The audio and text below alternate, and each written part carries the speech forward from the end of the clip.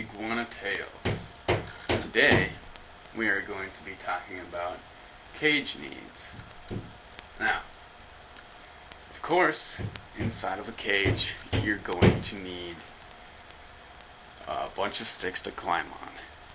An iguana, the green iguana, is a tree-dwelling reptile, so they do need to climb. With this wood, what you should do is you need to treat it first before you put it in the cage. Otherwise, there could be mites or other bugs inside of the wood or on the wood that can start to feed on your iguana, which then requires mite treatments, which is a lengthy process. With your wood, if you have smaller wood, say if you have a baby iguana, and you have them in a 40-gallon, you cannot go smaller than a 40-gallon with a baby iguana. It must be 40-gallon or more. And you need to treat the wood, whether it be small or as large as Tweak's wood in here. The process for smaller wood is you can cook it in the oven, which I would not recommend, because your house will smell like a campfire, and it could start on fire, ultimately doing a lot of damage to the stove and perhaps your house. A better way would be to, if you have a 40-gallon, is to put 10 parts water and 1 part bleach into your bathtub, and put the water in there and let it soak. And then you're going to want to let it dry out in the sun for a while. Make sure all the bleach is all dried up and everything, and get it out there. But for this bigger wood, you could take a spray bottle with 10 parts water, 1 part bleach, and spray them down really good, and then let them dry out in the sun. Or what I did with these is I stuck them in the bathroom, inside the tub, filled the tub up with 10 parts water, 1 part bleach, and then took a rag.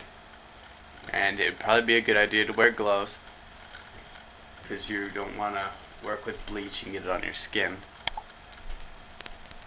And I rubbed them down multiple times with a washcloth, made sure I got every single part, and made sure I squeezed it out into the cracks, so I got it really good.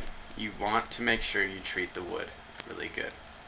Now, all the wood in here is real, and I didn't buy any of it from a store. I found all of these, including the vines. Those are real vines.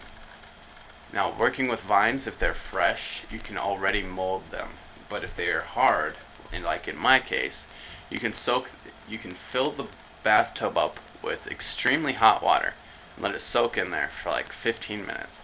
And then you'll be able to bend them very well. And you can mold them, twist them, spiral them like it is over in the corner over here. But the wood that you put in there needs to be treated, and they need to be able to climb. And the general rule is that the wood, at least for where they will bask underneath the light, needs to be at least as big as their body is around. Just think, you don't want them to have to sit there and hold on to it.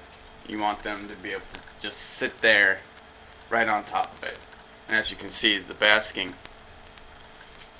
branch up there, which is more of a log, is far bigger than he is, so he can just sit up there without having to cling on and hope he doesn't fall off.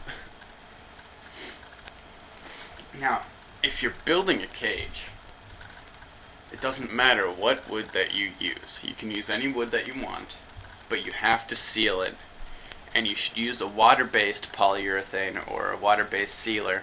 You could even use a water-based sealing paint to do such thing, but you must seal it, because the majority of the wood that people would be building cages out of is pine, because that's the cheap wood, and this cage is made out of pine. It's been stained with an oil-based stain, but I did seal it with a water-based polyurethane, and I put a lot of coats on there. You want to put as many coats as you can on there, because you want to make sure you seal the wood so it doesn't start to mold from the humidity.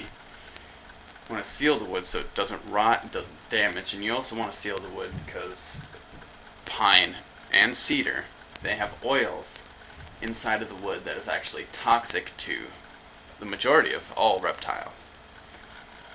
So, you can use any wood that you want. Just make sure that you seal it, and you'll be fine. Another thing is your substrate. For an iguana, a loose substrate is not generally the best idea because they can eat it, and a lot of the substrates out there, like bark chips, like aspen shavings, soil is a very, very bad one. Don't use soil or dirt because they can eat it and it will impact their intestine, and then they won't be able to poop, which means they won't be able to eat, and they will die unless the infection is cleared, which requires a vet and will cost a lot of money. The best way to go is actually newspaper. Printed or unprinted, it doesn't matter.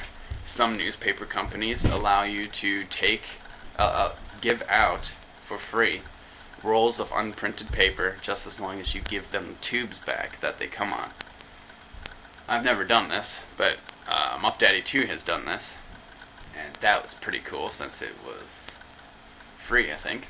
But you can use any newspaper, printed or unprinted, and that's the easiest way to go, because when you need to take it out, you can just take it out. If you got multiple squares, you can just take out one where the poop is and put a fresh piece right there, and you don't have to replace the rest of it. Another way to go is a repti carpet. It's a carpet you can find at the pet store, and it's made so they won't be able to get their claws stuck into it, because if they get their claws stuck into it and they jump, or they get scared and they flinch, they can break their toes and they can break their toenails off. And sometimes when they break toenails off, they may never grow back. What I'm using is tile. You could use a ceramic tile if you wanted to go through the work of grouting and everything. Just make sure that they cannot get the grout. But I'm using a vinyl self-sticking tile, which you just cut to size, peel off the paper in the back, and stick it right to where you need it to be, and it holds on pretty well. And as a precaution, what I did is I took silicone and sealed the cracks around and in between, just to make sure that nothing could get under there and start to mold or create bacteria, which would be bad. So, tile, a repti carpet, and newspaper would be your best bet. You could use something like coconut fiber, eco earth or forest bed, which is coconut fiber, like little shreddings of a coconut shell. Don't use the chips. You want to use it's in fine, it almost looks like dirt. It is more digestible than a lot of other things, but it can still cause impaction. Same with sand, and even calcium sand, which is made out of calcium. That can also cause impaction too, believe it or not. So I would stick with paper towels, repti carpet, or tile, if you have a large enough cage to do that.